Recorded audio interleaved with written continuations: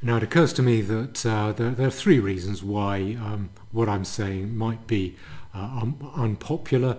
One is that I'm giving an unwelcome message. I'm saying that society, the economy, is likely to collapse at some stage in a reasonably foreseeable future, and that'll mean that the money stops coming out of the wall, the government checks stop landing on the mat, and the NHS may well shut its doors, and that is unpopular with people. Secondly, what I'm doing is necessarily I am disrespecting sacred cows, and people don't like that. And the third thing I'm doing is cackling about it, all of which three things I enjoy doing. I don't particularly care if people don't like what I'm saying. What I want to do is to be accurate, to be right about what's happening, to have a clear view of what is happening and about what we can and should do about it. And it seems to me that the hinge or the crux or fulcrum of the unpopularity of what I'm saying is centres around the sacred cow of all sacred cows, the NHS.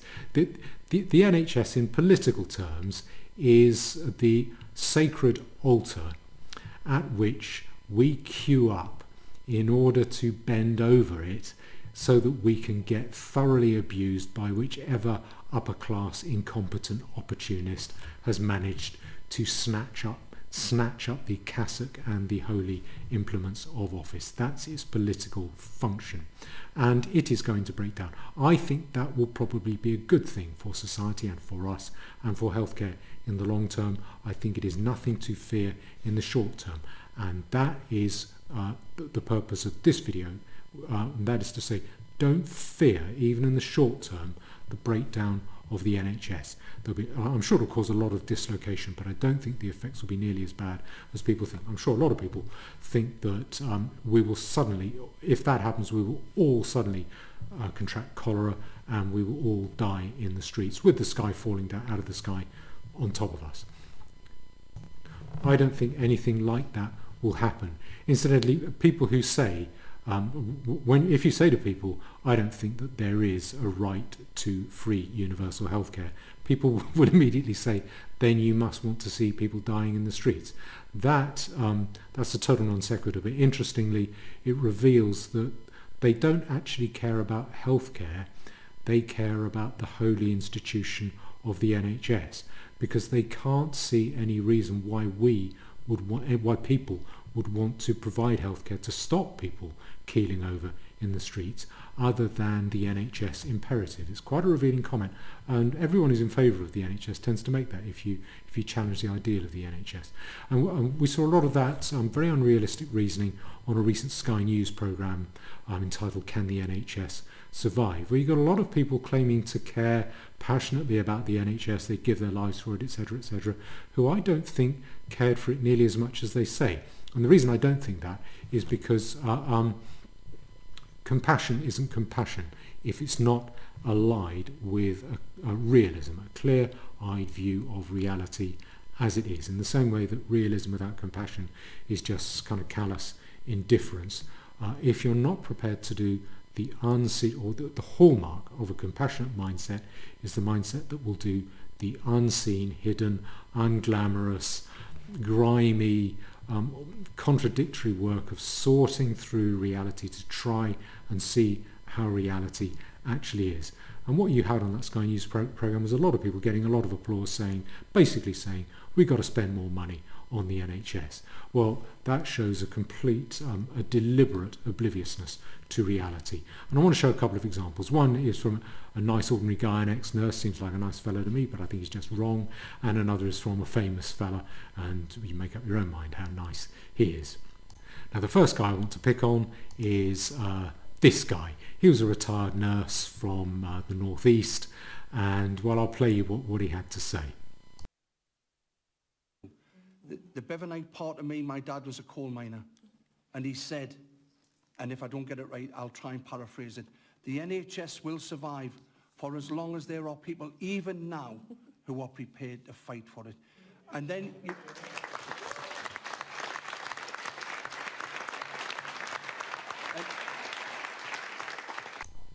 Okay, a nice big round of applause for him.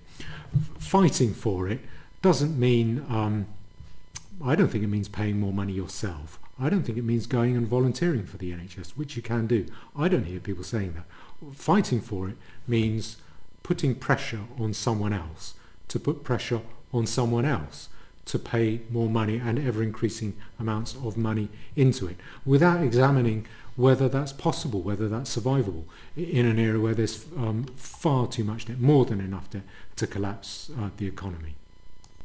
I think he is wrong. I think he is deliberately, and all those people in that audience are deliberately blinding themselves to reality. And I think that means if you blind yourself to reality about something, it tends to mean you don't care for it as much as you say you do. Now the other fella is, and I think in some ways he gets it even better, is Sir Rod Stewart. Sir Rod Stewart calls into Sky News to donate for medical scans after hearing NHS crisis stories and saying, change the bloody government. Now, on the good side, he's doing a damn sight more. He said he wanted to pay out of his own pocket to fund 10 or 20 scans, and he hoped that other people with a bit of money would do it as well. That's very nice of him. It's certainly a damn sight more than I'm doing, but that's not going to save the NHS. And it puts me in mind of a joke that we used to tell on the school playground. What is the shortest book in the world? That's Joan Collins' book, What I Do All Day. And what is the second shortest book in the world? That is Rod Stewart, What I Have Done to Deserve a Knighthood. This is before he became Sir Rod Stewart. And just to go through the story, he calls in and he says, I think this government should stand down now and give the Labour Party a go. This is heartbreaking. In all my years in this country, I've never seen it so bad. Change the bloody government.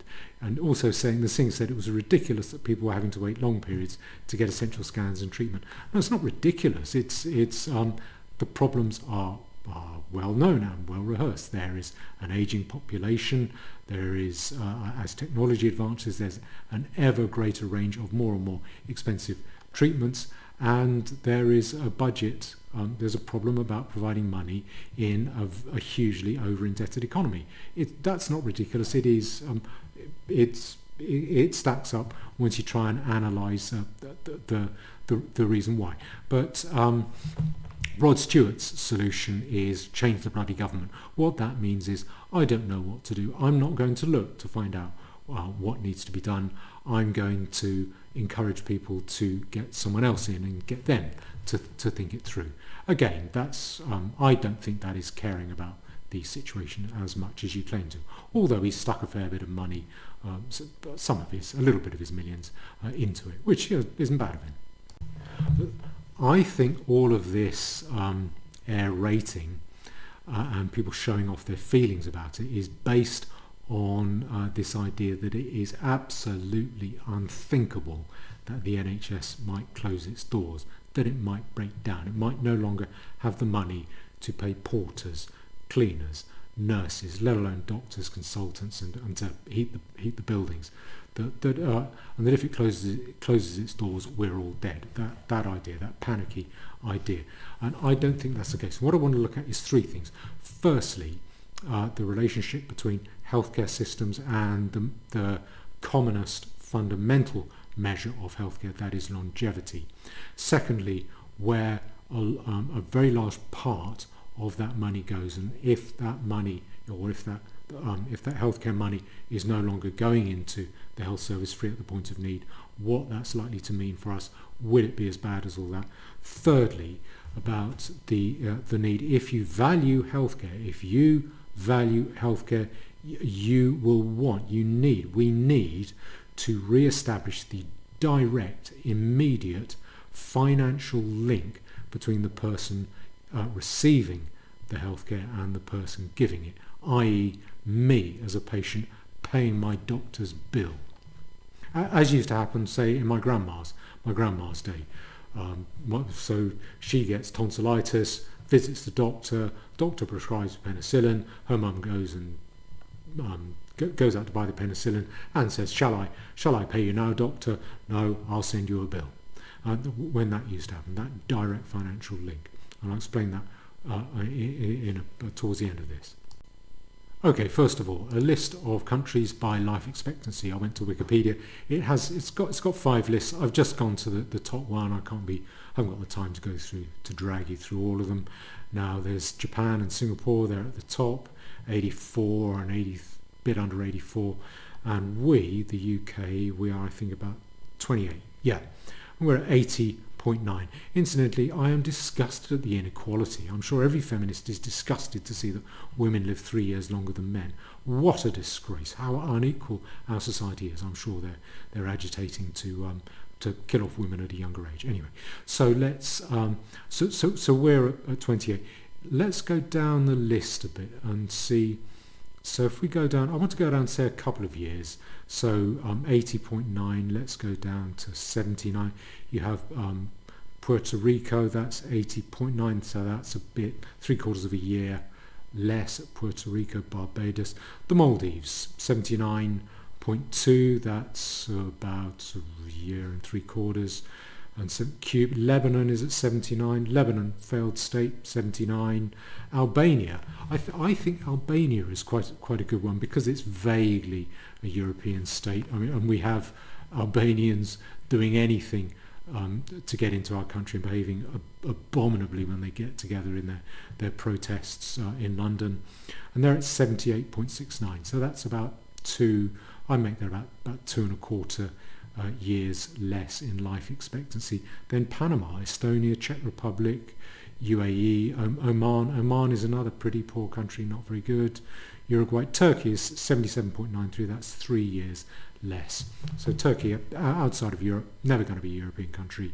And what I want to do is look at these countries on a list of nominal GDP, just to show where these countries rank. These other countries, so countries like Albania and Turkey, they do not have what we would think of as a functioning NHS. All right, so here we have, this is a list of countries by GDP, nominal, that's not a purchasing power parity, that's just nominal GDP. And the UK, we are at 21.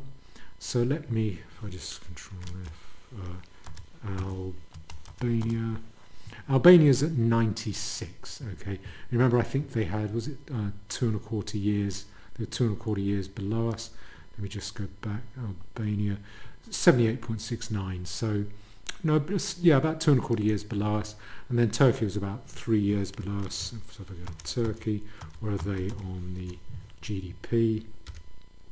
They're at number 77. These are not rich countries. And the point there is that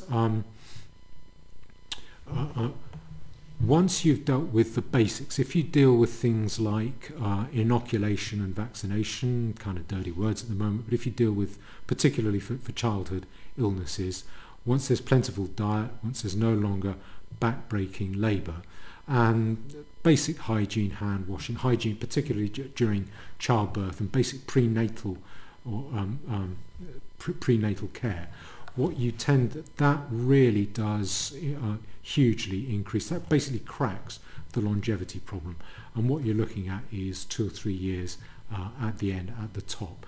That's what all your NHS spending, that's all it will be able to affect in reality.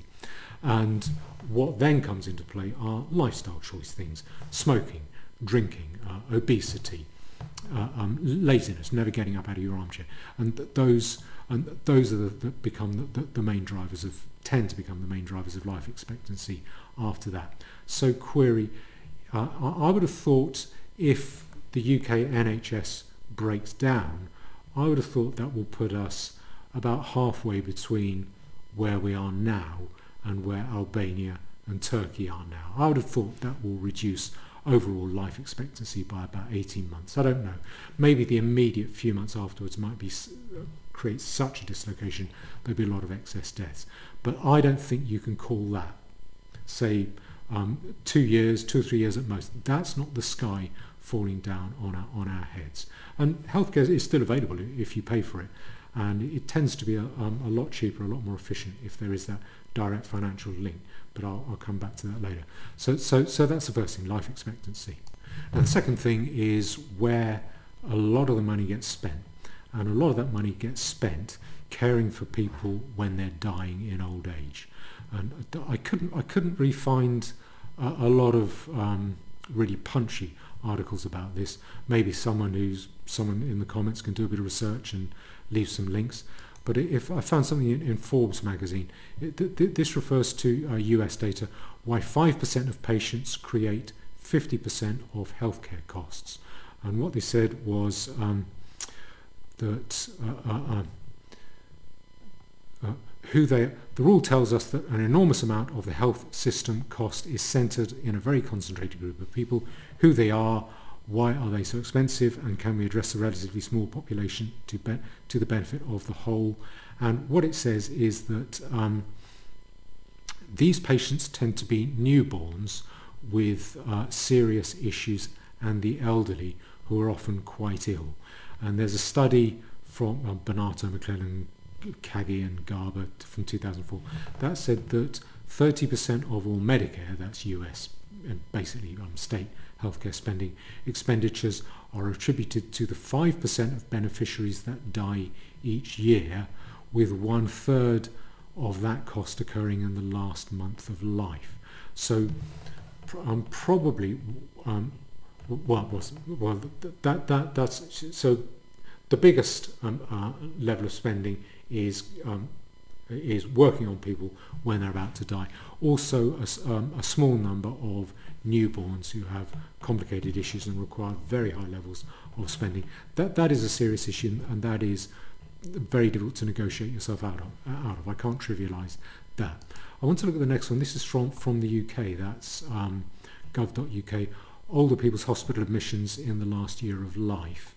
Now, if you look at this, and let's see if I can zoom in a little bit. If you look at that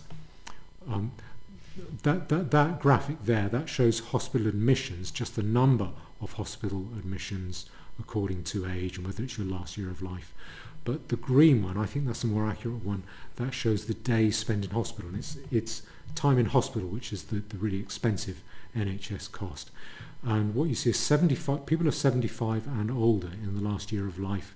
They get 17.2% of hospital days. People who are 75% years and older and not in the last years of life, I suspect that's people who might be in the last three years of their life. They get 24.6%. So I would say that probably, I would guess that at least a third, maybe as much as 40% of healthcare is for people who are, or hospital days, is for people who are dying in the last few years, 2 or 3 years of their life. So that's where a lot of that money is getting spent. Now the point I'm making is not, well, let older people die. The point I'm making is, if you get the NHS breaking down and people have to pay for their own healthcare, I think what you will get is a lot of people, instead of taking the attitude that death is unacceptable and everything must be done in order to stave it off, I think people will develop a more healthy attitude of negotiating with death and coming to terms with the idea of death, primarily through arguing with themselves as to whether it's worth spending this or that money rather than leaving it to their next of kin. And I want to go back again to this article, this Forbes article. That study that it referred to, what it found that the Dana-Farber Cancer Institute and Brigham Women's Healthcare recently shared some data with their colleagues. A study asked if a better quality death takes place when per capita costs rise. In lay terms, the study found that the less money spent in this time period, i.e. when you're old and dying, the better the death experience for the patient. It seems that no matter how much money you use during this last year month, if the person is sick enough, the effort makes things worse. And I think that is right. For myself, when I'm old and dying, the last thing I want to happen to me is to get picked over by doctors and surgeons. I want the doctor to use his politest bedside manner in order to usher me courteously over towards the open window. And I will prefer that, perhaps with a few drugs to make me, a few happy pills to make me feel good. And I think when my parents died, I think a little bit less hospital care and surgery would have been better for them. That's the one thing I would wish. And I think it probably, the corollary of that is that people start to prepare, to think about death and to prepare for it, perhaps in spiritual terms. And I think that is a net gain for people, and a net gain for people's mental health, apart from anything else. Incidentally, the other end of big expenditure, which is a small number of children who have intense needs at childbirth, I think that is where charitable money will rush in. Characters like Rod Stewart, I think, would love to be seen to be putting in money to save babies, to save children, and which is all well and good. I think these problems are soluble. Again, the NHS closing down, even in the short term, I don't think will mean the sky falling down on our heads. What in the long term, I think it will be good for healthcare. If you care about healthcare, then I think you will say that the breakdown of the NHS may well be a very good thing. I say this as someone I'm very happy with the treatment I've had at the NHS. I like the no frills, unvarnished approach that you get. But I think that having it free at the point of need makes it inefficient, makes it impossible to allocate.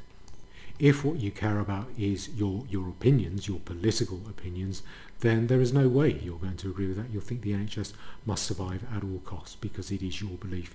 And to hell with healthcare, that doesn't matter. But if healthcare is what you want, then maybe the collapse of the NHS will be a good thing. Now, to that end, what I want to look at is this book, An Intelligent Person's Guide to Medicine by Theodore Dalrymple. You might have read things by him. I find him very good. Now, this book, one of the main points he makes is that the main problem with healthcare is not any individual treatment like a cure for AIDS or a vaccination against malaria. It is the lack of a direct financial link between the person receiving the treatment and the person giving it. So what you have in the UK is I receive treatment from the doctor and the NHS central funds pay for it, and that creates inefficiency. So as a result, you get the NHS, which is a bit like a Jurassic cliff. You put things in the top, money in the top, and you get fossils out the bottom, and you can't really judge the process. It's very difficult to make it more efficient. You get a lot of waste, a lot of inefficiency as a result of the fund, or me not paying for my own healthcare, and the doctor knowing he doesn't have to justify the cost to me, that it comes from a third-party fund. And similarly in America, in insurance-based systems like the States, what you get is insurance funds getting shafted for money, and doctors will pad out the bill, knowing they don't have to justify it to the patient. They'll negotiate the treatment with the patient, and they will then bill. They will stick the bill to the insurance company, and those bills get inflated, which incidentally, those insurance companies may not mind all that much because it increases the size of the market in which they're paying. It increases the size of the massive health insurance premiums that people have to pay. So you will get, when people are not spending their own money, you will get inefficiency. You may just get outright rip-offs. You'll get overcharging, you'll get unnecessary work because the person doing the work and getting paid to do the work isn't having to justify themselves to the people who are taking the work, who are commissioning them to do the work. That is why I think we need to re-establish paying for our own medical care, really for two reasons. Firstly, to make sure that it's done efficiently. Three reasons. To make sure it's done efficiently. Secondly, to work out how much do we pay. All the debate we're hearing in mainstream media at the moment is simply we have got to spend more money. However much money is needed in order to meet all the healthcare wants and needs, we have got to pay out that money. At some stage, the decision needs to be made, is it worth paying it? Do we want to pay this much money? And that That is best done by laying it at the feet of the people who are receiving the healthcare. And the second thing is to work out how do we allocate the budget. So do we pay more money into mental health care for teenagers, or do we put more money into bunions or ingrowing toenails for pensioners? How do you judge between one? What about cancer treatment? What about anorexia? Which one is more important than the other? How do you judge?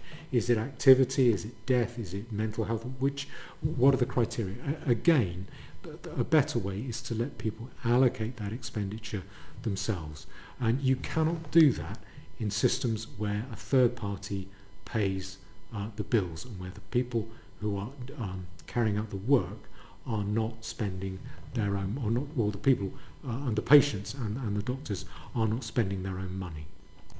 There is something else on top of this, which is that if you want good healthcare, you need a prosperous society. It's prosperous societies that invent more healthcare and can pay for it.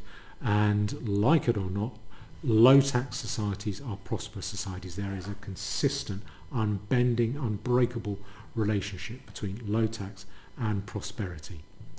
So that is in the long term. In the long term, I think the breakdown of the NHS is a good thing. I'm not saying it's something to be looked forward to in the short term. In the long term, I think it is. I think it is a good thing. It's probably better that we face up to it and choke it down. In the short term, I just don't think it is going to be a disaster. I don't think the panic and fear and anger and outrage that people anticipate a breakdown of the NHS meaning, I don't think that's going to materialise. I think we will manage pretty well. I certainly think we will manage to stay above examples. And even in the short term, immediate term, we will manage to stay better off in healthcare terms than crummy holes like Albania and Turkey. So society is going to break down, the economy is going to break down. The main reason to fear it is the breakdown in the holy NHS. It is not going to be such a disaster. Face the future rationally. Thank you.